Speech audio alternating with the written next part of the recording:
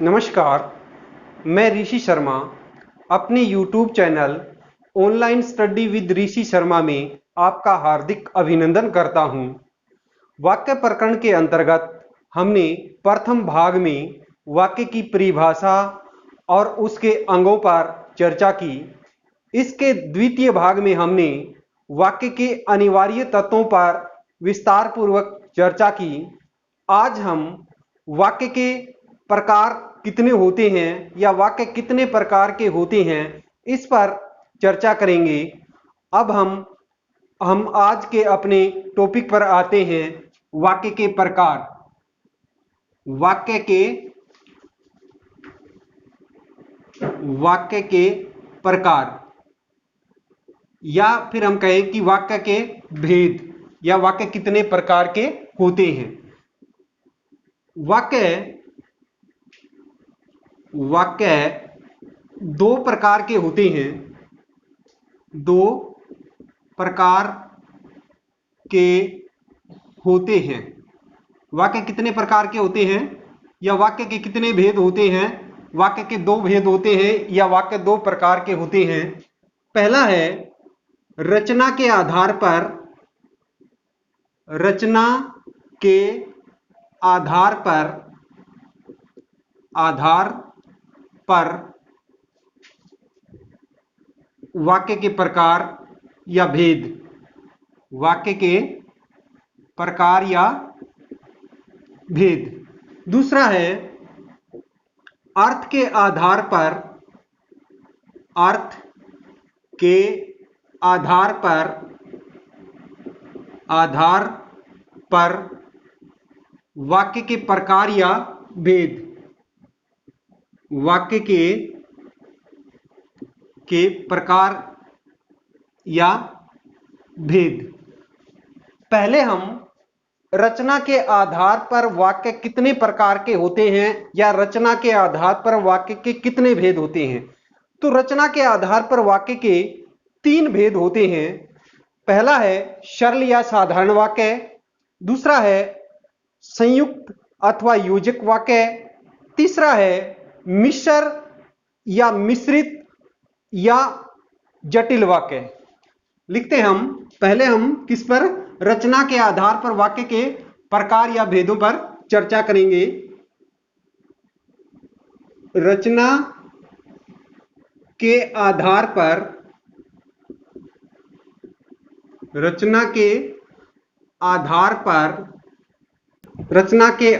पर वाक्य तीन प्रकार के होते हैं। रचना के आधार पर वाक्य कितने प्रकार के होते हैं? रचना के आधार पर वाक्य तीन प्रकार के होते हैं। जैसे क ले लिया हमने, सरल या साधारण वाक्य। सरल या साधारण वाक्य। दूसरा है ख जैसे संयुक्त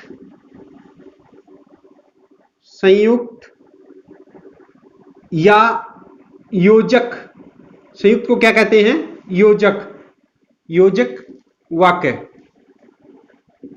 ग है तीसरा मिश्र या मिश्रित या जटिल भी कहते हैं इसको, जटिल वाक्य।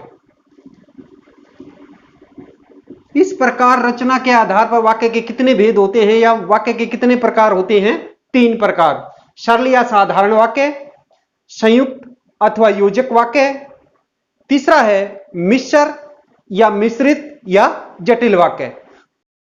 पहले क्या करेंगे? सरल वाक्य क्या होता है या सरल वाक्य की परिभाषा क्या है। क्या भाग है? सरल या साधारण वाक्य। सरल या साधारण वाक्य। तो सरल या साधारण वाक्य क्या होता है?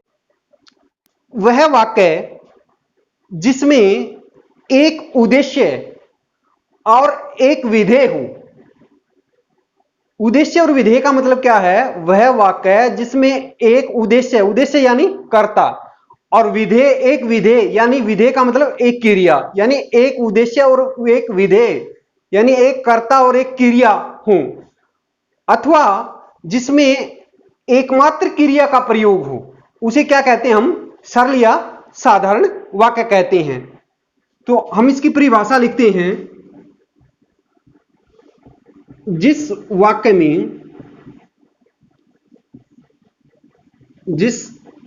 में एक उद्देश्य का मतलब क्या है? यानी कर्ता, एक उद्देश्य और एक विधेय का मतलब है क्रिया। एक विधेय का मतलब क्या लिखेंगे हम? क्रिया। जिस वाक्य में एक उद्देश्य यानी कर्ता और एक विधेय यानी क्रिया हो,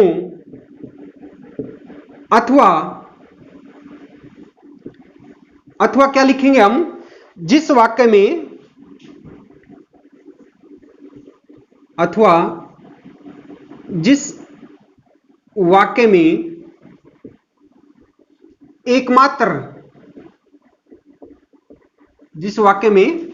एकमात्र क्रिया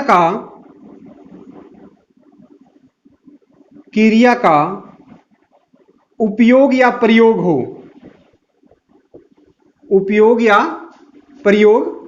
हो, कोमा, उसे सरल या साधारण वाक्य कहते हैं। उसे क्या कहते हैं? उसे सरल या साधारण वाक्य कहते हैं।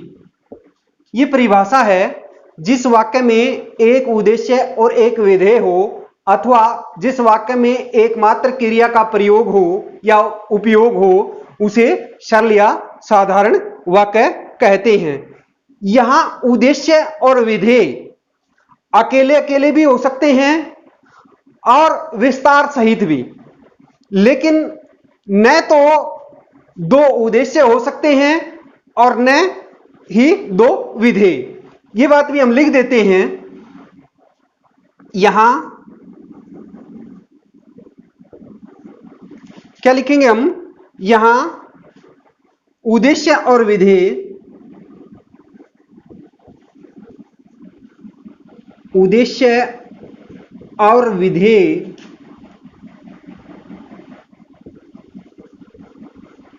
अकेले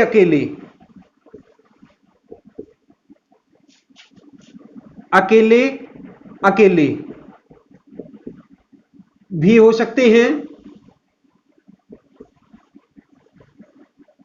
भी हो सकते हैं, और क्या लिखा? यहां उद्देश्य और विधेय अकेले अकेले भी हो सकते हैं और विस्तार सहित भी,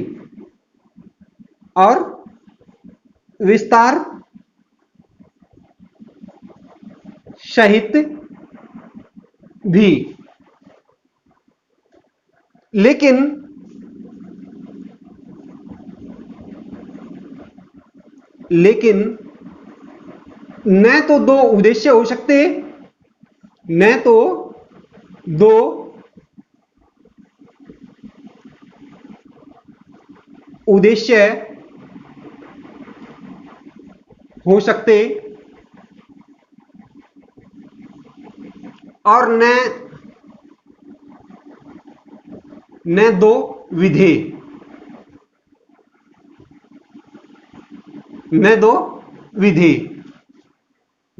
यानी यहां उद्देश्य और विधेय अकेले अकेले भी हो सकते हैं, यानी एक उद्देश्य और एक विधेय हो सकता है, यानी इनका विस्तार भी हो सकता है। यहां इनका विस्तार सहित भी, उद्देश्य का विस्तार हो सकता है और विधेय का भी विस्तार हो सकता है। लेकिन क्या बता, कंडीशन ये है, शर्त ये है कि दो उद्देश्य और दो विधेय नहीं हो सकते, ये केवल उद्देश्य और विधेय अकेले अकेले होंगे। जैसे उदाहरण द्वारा देखेंगे हम, जैसे हमने लिख दिया मोहन गया, मोहन गया। इसके अंदर क्या है, मोहन क्या है, उद्देश्य, जिसके बारे में कुछ कहा जाता है, हमने पहले वीडियो में बताया हुआ है, वो क्या होता है, उद्देश्य है। और उद्देश्य के बारे में जो कुछ कहा जाए वो क्या होता है, विधेय होता है। तो किसके बारे में कहा गया है, मोहन, मोहन क्या है यहां, उद्देश्य है। और ये किस मोहन के बारे में क्या कहा गया कि वह गया, गया क्या है यहां, विधेय है। तो जैसे हमने ये लिख दिया कि मोहन गया, यहां क्या होगा, एक उद्देश्य होगा और एक विधेय, यानी एक कर्ता हो गया और एक क्रिया होगी। अब मान लिया हमने वहां लिखा था कि ये अकेले अकेले भी हो सकते हैं और विस्तार सहित भी। जैसे यहां लिख दें राम का भाई, राम का भाई मोहन, राम का भाई मोहन गया। यहां क्या हो गया कि मोहन का क्या हो गया, यहां कर्ता किसके साथ प्रयोग हुआ है, विस्तार के साथ।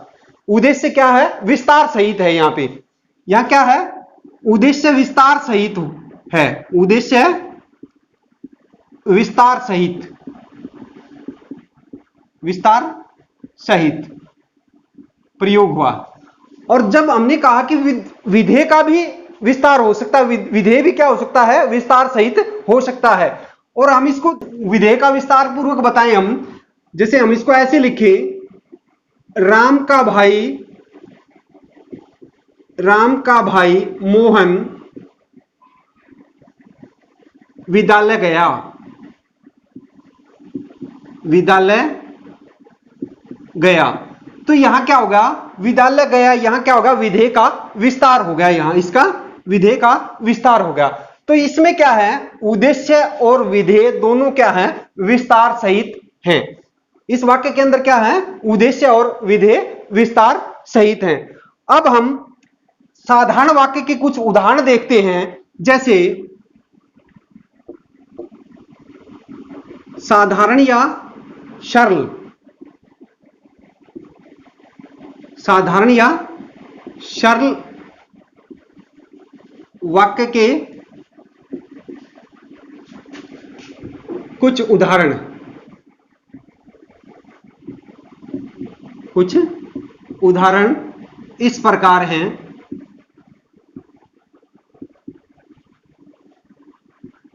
इस प्रकार हैं, जैसे मान लिया हमने पहला एक वाक्य ले कि वह खाना खाकर सो गया, या फिर हम वह खाना खाकर सो गया।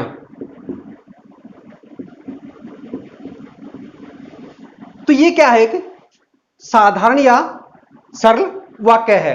इसमें क्रिया कहें कि खाकर, खाना क्रिया है, लेकिन मुख्य क्रिया क्या है, सोना।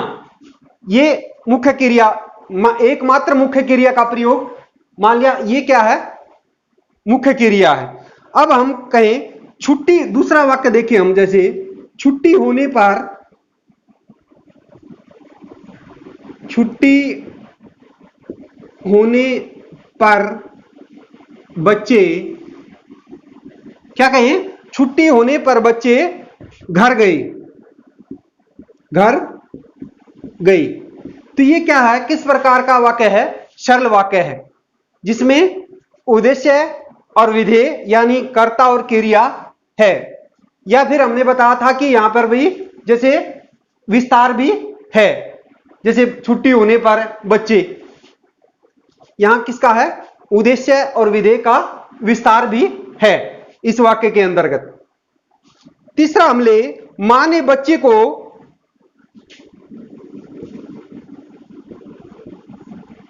मां ने बच्चे को नहलाकर स्कूल भेजा, स्कूल या विद्यालय भेजा।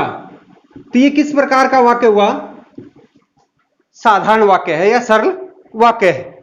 भेजना क्या है? क्रिया। इसमें भी क्या है? विस्तार सहित उद्देश्य और विधेय है इस वाक्य के अंतर्गत। चौथा हम वाक्य लें, मेहनत करने वाले, मेहनत करने वाले, क्या करने वाले? मेहनत करने वाले क्या होते हैं? सफल होते हैं। मेहनत करने वाले सफल होते हैं। होते हैं, ये क्या है? क्रिया। तो पांचवा हम उदाहरण लें, जैसे एक और देख लें कि वर्षा शुरू होते ही बच्चे खेलने लगे। वर्षा शुरू होते ही, शुरू या वर्षा आरंभ होते ही कहें या शुरू होते ही बच्चे खेलने लगे, खेलने लगे। तो इस प्रकार हमने 4-5 उदाहरण देखे इनके। एक ध्यान देने योग्य बात है, इसको हम कहें तो निर्देश में लिख देते हैं। क्या है? सरल वाक्य में सरल या साधारण, सरल या साधारण वाक्य में, सरल या साधारण वाक्य में क्या होता है? और, तथा, व, एवं। और, तथा, व, एवं इनको छोड़कर, इनको छोड़कर अन्य किसी भी समुच्चय बोधक अव्यय का प्रयोग नहीं होता। इनको छोड़कर अन्य किसी भी समुच्चय बोधक, समुच्चय बोधक अव्यय का, अव्यय का प्रयोग नहीं होता। किनको छोड़कर? इन चारों, और, तथा, व, एवं, इन को छोड़कर अन्य किसी भी समुच्चय बोधक अव्यय का प्रयोग नहीं होता। यदि इन अवयवों का, अवयव का प्रयोग होता भी है, होता भी है, तो यदि इन अवयवों का प्रयोग होता भी है तो ये अव्यय, कौन से? ये अव्यय केवल दो पदों को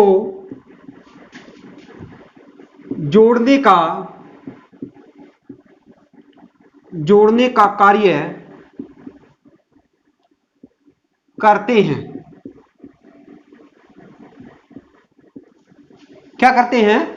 यदि इन अवयवों का प्रयोग होता भी है तो ये अव्यय केवल दो पदों को जोड़ने का कार्य करते हैं, दो वाक्यों को नहीं, दो वाक्यों को नहीं कार्य करते हैं। दो वाक्यों को जोड़ने का कार्य नहीं करते ये सरल वाक्य के अंतर्गत, बल्कि दो पदों को जोड़ने का कार्य करते हैं। जैसे हम इस बात को समझते हैं उदाहरण द्वारा, जैसे मोहन और सोहन, मोहन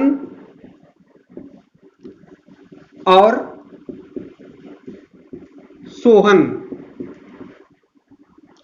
पाठ पढ़ेंगे, पाठ पढ़ेंगे। अब यहां मोहन और सोहन दो पद हैं, न कि यहां दो वाक्य। यहां मोहन और सोहन इस वाक्य के अंदर दो पदों को जोड़ा गया है इस योजक के द्वारा, न कि वाक्यों को। दूसरा और उदाहरण ले लेते हैं हम, जैसे राम ने आम तथा सेब खाया। राम ने क्या किया? राम ने आम तथा सेब, ये भी एक पद है और ये भी एक पद है। इनके बीच में ये तथा जो योजक है, समुच्चय बोधक अव्यय है, ये इन दो, आम और सेब, इन दो पदों को जोड़ता है, न कि इन दो वाक्यों को। यहां वाक्य नहीं है, ये पद है। हम एक और ले लेते हैं, जैसे तीसरा है, मान लिया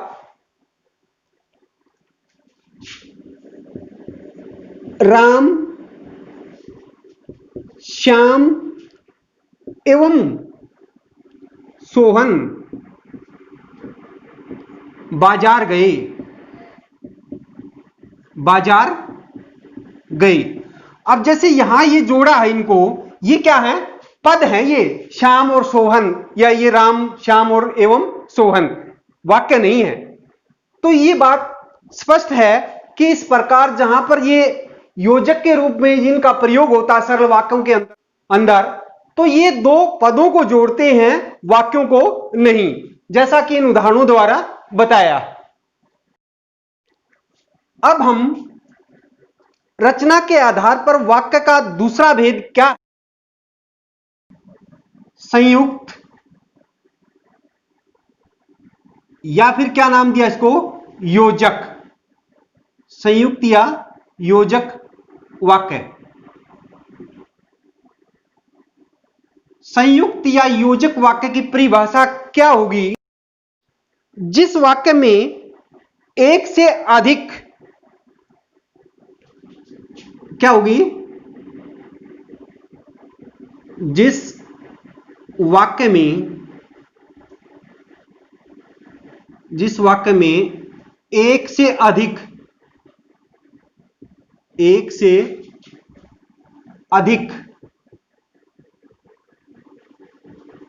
स्वतंत्र, जिस वाक्य में एक से अधिक स्वतंत्र वाक्य,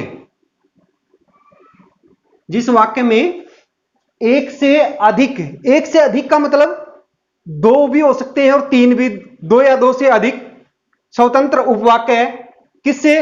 वो स्वतंत्र उपवाक्य कौन हो सकते हैं? या तो दोनों सरल वाक्य होंगे, या फिर एक सरल वाक्य होगा और एक मिश्र या मिश्रित वाक्य होगा, और इनके बीच क्या होगा? योजक चिन्ह होगा।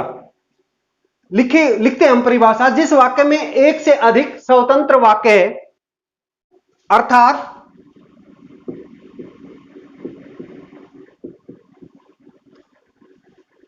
दो या दो से अधिक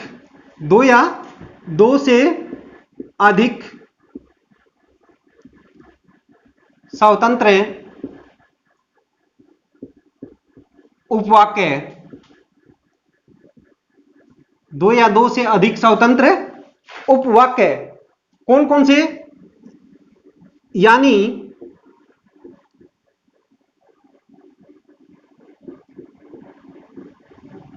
दोनों सरल वाक्य भी हो सकते हैं,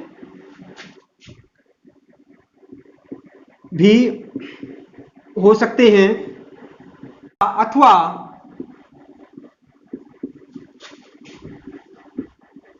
एक सरल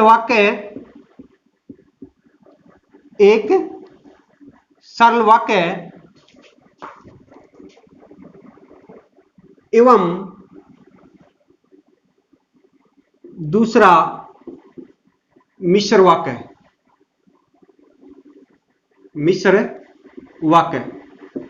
ये यहां हमने लिखा जिस वाक्य में एक से अधिक स्वतंत्र वाक्य है, अर्थात स्वतंत्र, एक से अधिक स्वतंत्र वाक्य का मतलब है दो या दो से अधिक, एक से अधिक दो भी हो सकते हैं या तीन भी, दो या दो से अधिक स्वतंत्र उपवाक्य है। वो स्वतंत्र उपवाक्य क्या होंगे?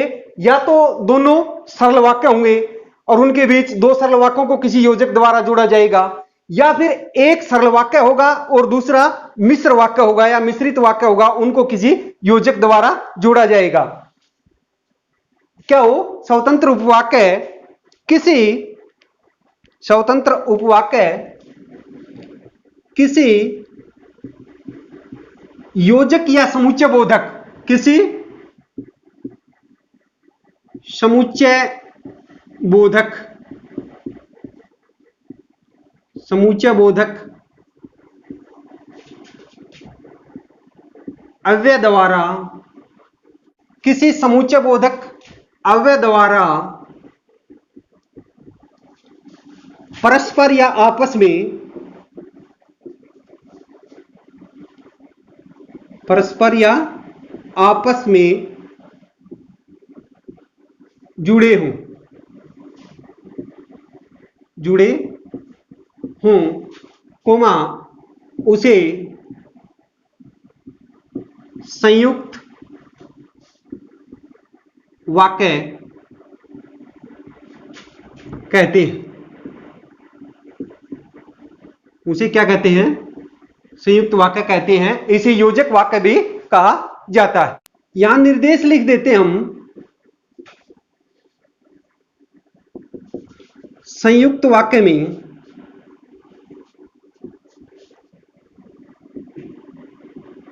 संयुक्त वाक्य में निम्नलिखित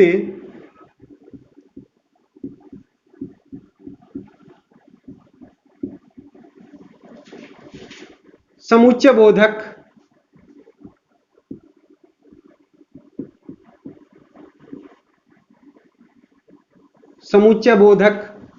अवयवों का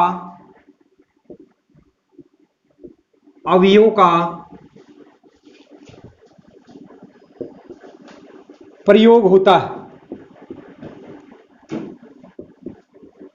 कौन कौन से वे समुच्चय बोधक अवयव या योजक जिनका संयुक्त वाक्य के अंदर प्रयोग होता है? जैसे लेकिन, किंतु, परंतु, और, तथा, अथवा,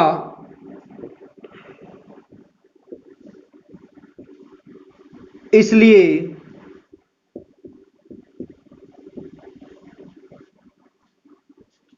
इनमें किस किस का होता है? लेकिन, किंतु, परंतु, अथवा, वा, इसलिए, अन्यथा, मगर,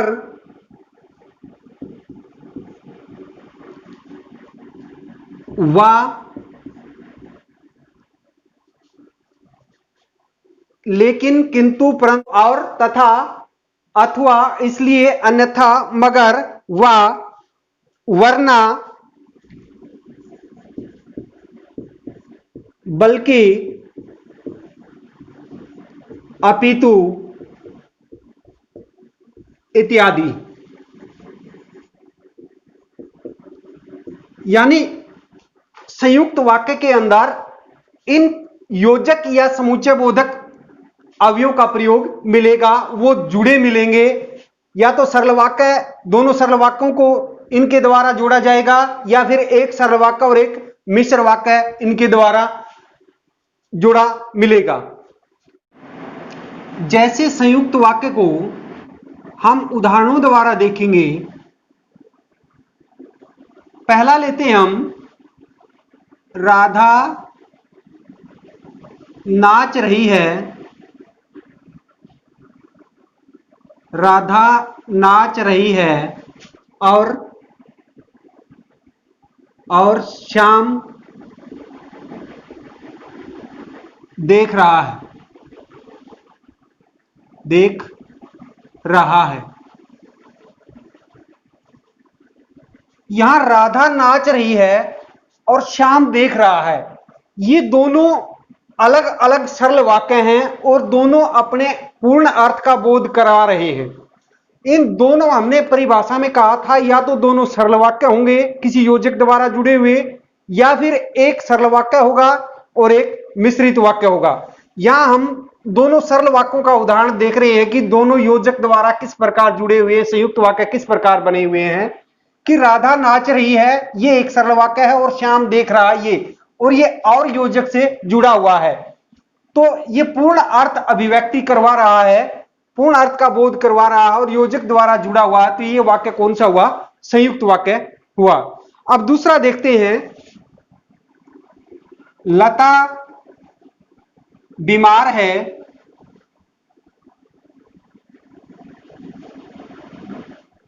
लता बीमार है लेकिन वह,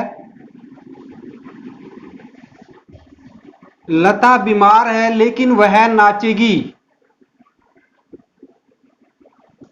लेकिन वह नाचेगी अगर, अगर राम कहेगा, अगर राम कहेगा। क्या कहता है? लता बीमार है लेकिन वह नाचेगी अगर राम कहेगा।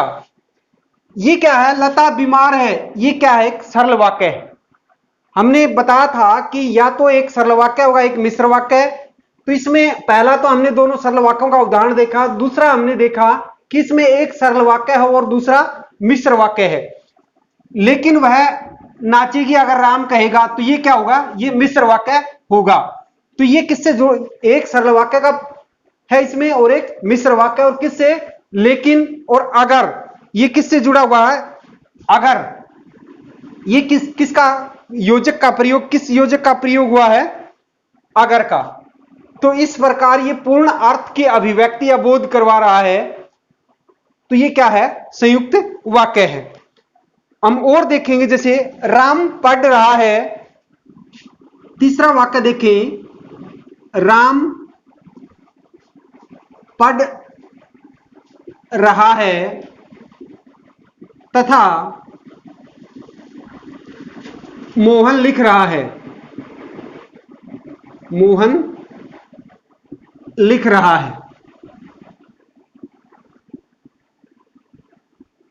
रहा है, इसमें किस योजक का प्रयोग हुआ है? समुच्चय बोधक अव्यय का, तथा का। ये भी राम पढ़ रहा है, एक सरल वाक्य है, और मोहन लिख रहा है, ये भी सरल वाक्य है। इन दोनों सरल वाक्यों को तथा योजक से जोड़ा गया है और ये क्या हो जाता है? संयुक्त वाक्य कहलाता है या बन जाता है। दूसरा हम देखेंगे, चौथा है, सुबह हुई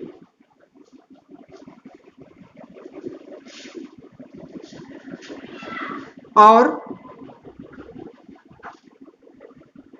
पक्षी बोलने लगे, कहें या चहचाने लगे, चहचाने या कहें बोलने लगे। सुबह हुई, ये क्या है? एक सरल वाक्य है, और पक्षी चहचाने लगे या बोलने लगे, ये भी एक सरल वाक्य है। इसको और योजक से जोड़ा गया है। अब और लेते हैं हम, जैसे आप चाय लेंगे या कॉफी, या कॉफी।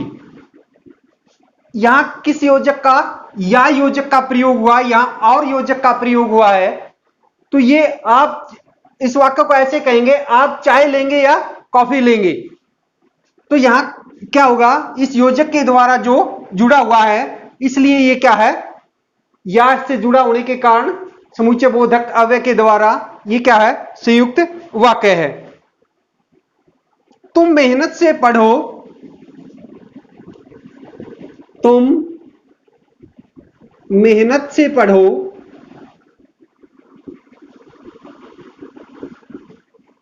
अन्यथा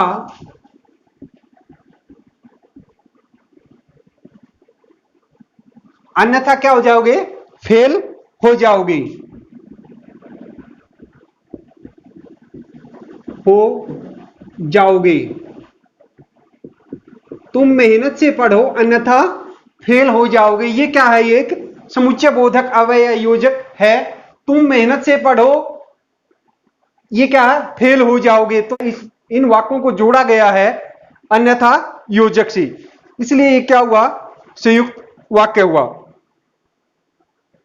अब दूसरा एक और देखते हैं। मोहन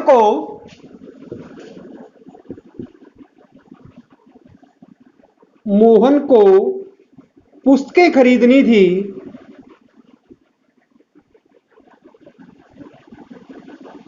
खरीदनी थी। ये कौन सा है? यहां किसका है? मिश्र वाक्य को जोड़ा गया, दो वाक्यों को जोड़ा गया। मोहन को पुस्तकें खरीदनी थी,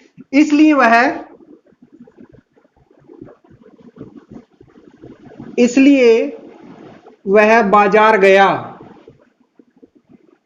बाजार गया। यानी जो मिश्र वाक्य होता है वो दूसरे पर निर्भर होता है। तो यहां क्या है? मोहन को पुस्तकें खरीदनी थी, इसलिए वह बाजार गया। तो यहां किस योजक का प्रयोग है? वहां हमने बताया था इसलिए का। ये इसको मोहन को पुस्तकें खरीदनी थी और वह बाजार गया, इनको दो को वाक्यों को जोड़ा गया है। वह बाजार गया, ये भी पूर्णार्थ का बोध करवा रहा है और ये पुस्तकें खरीदनी थी, इसलिए इसका योजक का प्रयोग हुआ इसमें और ये संयुक्त वाक्य बन जाता। या फिर एक और उदाहरण ले लेते हैं हम।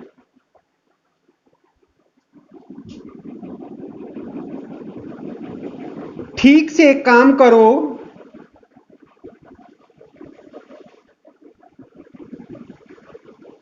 अथवा नौकरी छोड़ दो। नौकरी छोड़ दो। ठीक से काम करो अथवा नौकरी छोड़ दो। तो इसमें किस योजक का प्रयोग हुआ है? अथवा का। नौकरी छोड़ दो एक वाक्य है और ठीक से काम करो ये एक वाक्य है। इनको अथवा योजक से जोड़ा गया है और ये संयुक्त वाक्य बन जाता है। रचना के आधार पर वाक्य का तीसरा प्रकार या भेद है मिश्र या मिश्रित या जटिल वाक्य। जटिल वाक्य। तीसरा भेद कौन सा है? मिश्र कहे या फिर मिश्रित कहे या फिर इसको जटिल वाक्य भी कहा जाता है। मिश्रित या जटिल वाक्यों का प्रयोग विशेष भावों की अभिव्यक्ति करने के लिए, विशेष भावों को प्रकट करने के लिए किया जाता है। किनका? मिश्र या मिश्रित या जटिल वाक्यों का प्रयोग किस लिए किया जाता है? विशेष भावों को अभिव्यक्त करने के लिए, प्रकट करने के लिए किया जाता है। इसकी परिभाषा हम लिखेंगे। जिस वाक्य में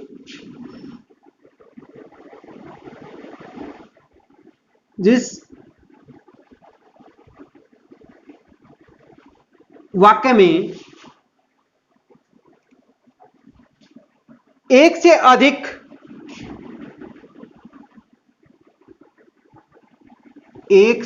अधिक क्या हो? जिस वाक्य में एक से अधिक उपवाक्य हो,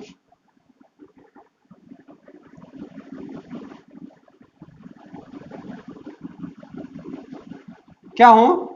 एक से अधिक उपवाक्य हो और उनमें एक प्रधान और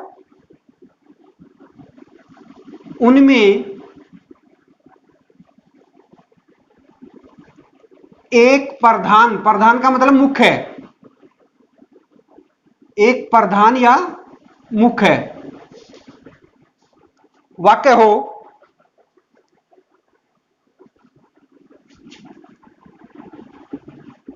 क्या हो? उपवाक्य हो तथा एक तथा एक या एक से अधिक, एक या एक से अधिक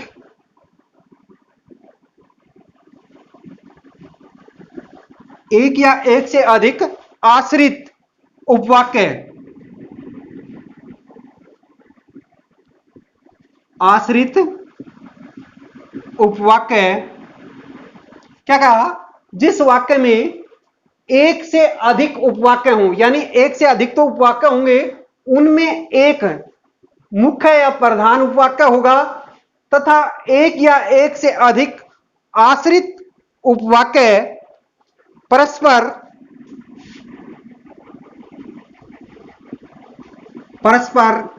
किसी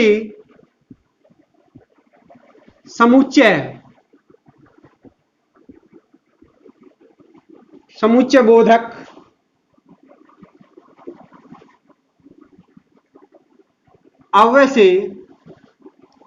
अव्यय से जुड़े हों, कॉमा क्या हो, एक से अधिक आश्रित उपवाक्य परस्पर किसी समुच्चय बोधक अव्यय से जुड़े हों, कॉमा उसे मिश्र वाक्य या मिश्रित या जटिल वाक्य कहते हैं। क्या मिश्रित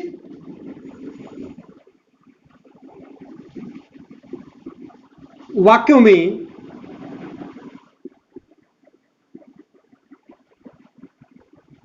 निम्नलिखित पहचान है ये इनकी, निम्नलिखित समुच्चय बोधक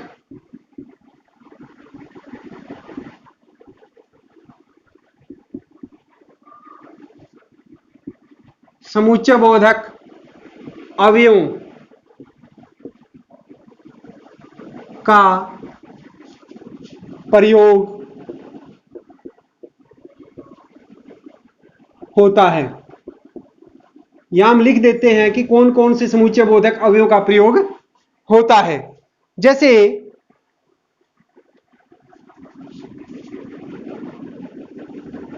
जितना, उतना,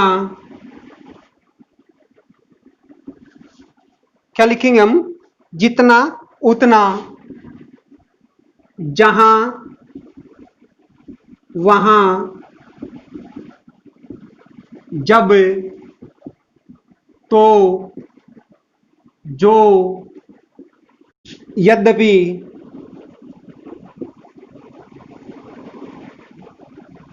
तथापि, ताकि, जो, यद्यपि, तथापि, ताकि, जैसे आदि। इन समुच्चय बोधक अवयवों का प्रयोग मिश्र या मिश्रित या जटिल वाक्यों के अंतर्गत होता है। अब जैसे उदाहरण द्वारा देखेंगे हम, जैसे उदाहरण लेंगे हम मिश्र वाक्य के। पहला हमने लिया, अध्यापक ने कहा, अध्यापक ने कहा कि कल क्या है, छुट्टी है। कल छुट्टी है। ऊपर लिखा था जिस वाक्य में एक से अधिक उपवाक्य हों और उनमें एक प्रधान उपवाक्य हो तथा एक या एक से अधिक आश्रित उपवाक्य परस्पर किसी समुच्चय बोधक अव्यय से जुड़े हों, उसे क्या कहते हैं, मिश्र या मिश्रित या जटिल वाक्य। तो यहां क्या है, कि जैसे अध्यापक ने कहा, अध्यापक ने कहा, ये क्या है? प्रधान, जिसमें कहा कि हमने एक प्रधान उपवाक्य होगा, ये क्या है? प्रधान। और की से जहां समुच्चय बोधक अव्यय से जो आगे जुड़ा होता है वो क्या होता है? आश्रित। क्या होता है? आश्रित। तो यहां इस पे आश्रित, अध्यापक ने कहा कि कल छुट्टी है, तो यहां किससे जुड़ा है? इससे जुड़ा है कि समुच्चय बोधक या अव्यय से, और एक प्रधान है और उस पर आश्रित है, इसलिए इसमें क्या है? ये मिश्र या मिश्रित वाक्य है। और देखें हम, जितना पहला है ये, दूसरा उदाहरण देंगे। जितना कहा जाए, जितना कहा जाए, क्या कहा? कि जितना कहा जाए उतना किया करो, उतना किया करो, किया करो। तो इसमें क्या, जितना कहा जाए उतना किया करो, इसमें क्या है? उतना किया करो, ये क्या है? प्रधान। और ये क्या है? जितना कहा जाए, ये क्या है? आश्रित। इस प्रकार ये क्या हुआ? मिश्र वाक्य हुआ। और उदाहरण लेते हैं। यदि तुम मेहनत करते, यदि तुम मेहनत करते तो क्या हो जाते? अवश्य सफल होते। तो अवश्य सफल होते।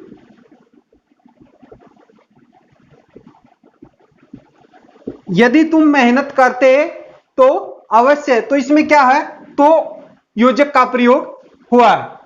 यहां क्या है? यदि तुम मेहनत करते तो सफल हो जाते, अवश्य सफल होते। ये पहला क्या है? प्रधान, और ये आश्रित। जैसे और लेते हैं, यह वही फोन है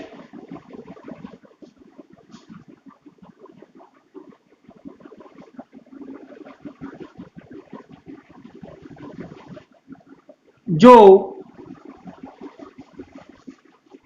सीता ने दिया था। तो इसके अंदर क्या है? जो समुच्चय बोधक अव्यय का प्रयोग हुआ है, यहां ये क्या है? इसके बाद वाला आश्रित और ये प्रधान है।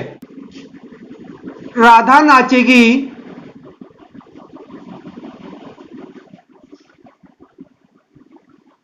अगर श्याम कहेगा, अगर श्याम कहेगा। राधा नाचेगी अगर श्याम कहेगा। तो यहां क्या हो गया? अगर समुच्चय बोधक अव्यय का प्रयोग हुआ है। छठा है, मैंने वही मकान खरीदा है, मैंने वही मकान खरीदा है जहां आप रहते हैं। मैंने वही मकान खरीदा है जहां आप रहते हैं। आप रहते हैं। तो एक वाक्य क्या है? कि मैंने वही मकान खरीदा है, ये क्या है? प्रधान। और आप जहां आप रहते हैं, ये क्या है? आश्रित। ये क्या है? आश्रित। दूसरा और लेते हैं हम। मेरे पास एक खिलौना है, मेरे पास एक खिलौना है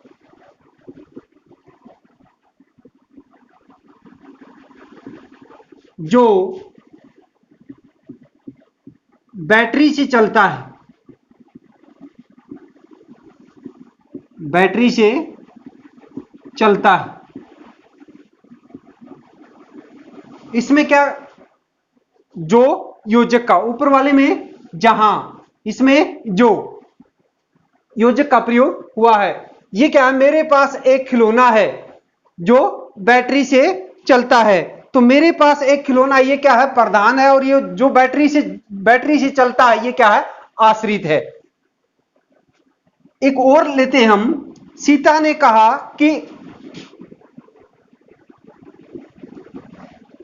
ने कहा कि मैं अकेली नहीं रहूंगी, अकेली नहीं रहूंगी। तो किस योजक का प्रयोग हुआ है? कि। किसका हुआ है? कि। तो ये सीता ने कहा, ये प्रधान, और मैं अकेली नहीं रहूंगी, ये क्या है? आश्रित वाक्य। इस प्रकार कुछ उदाहरणों के द्वारा हमने मिश्र वाक्य को समझा। आशा है आपको समझ में आया होगा। धन्यवाद।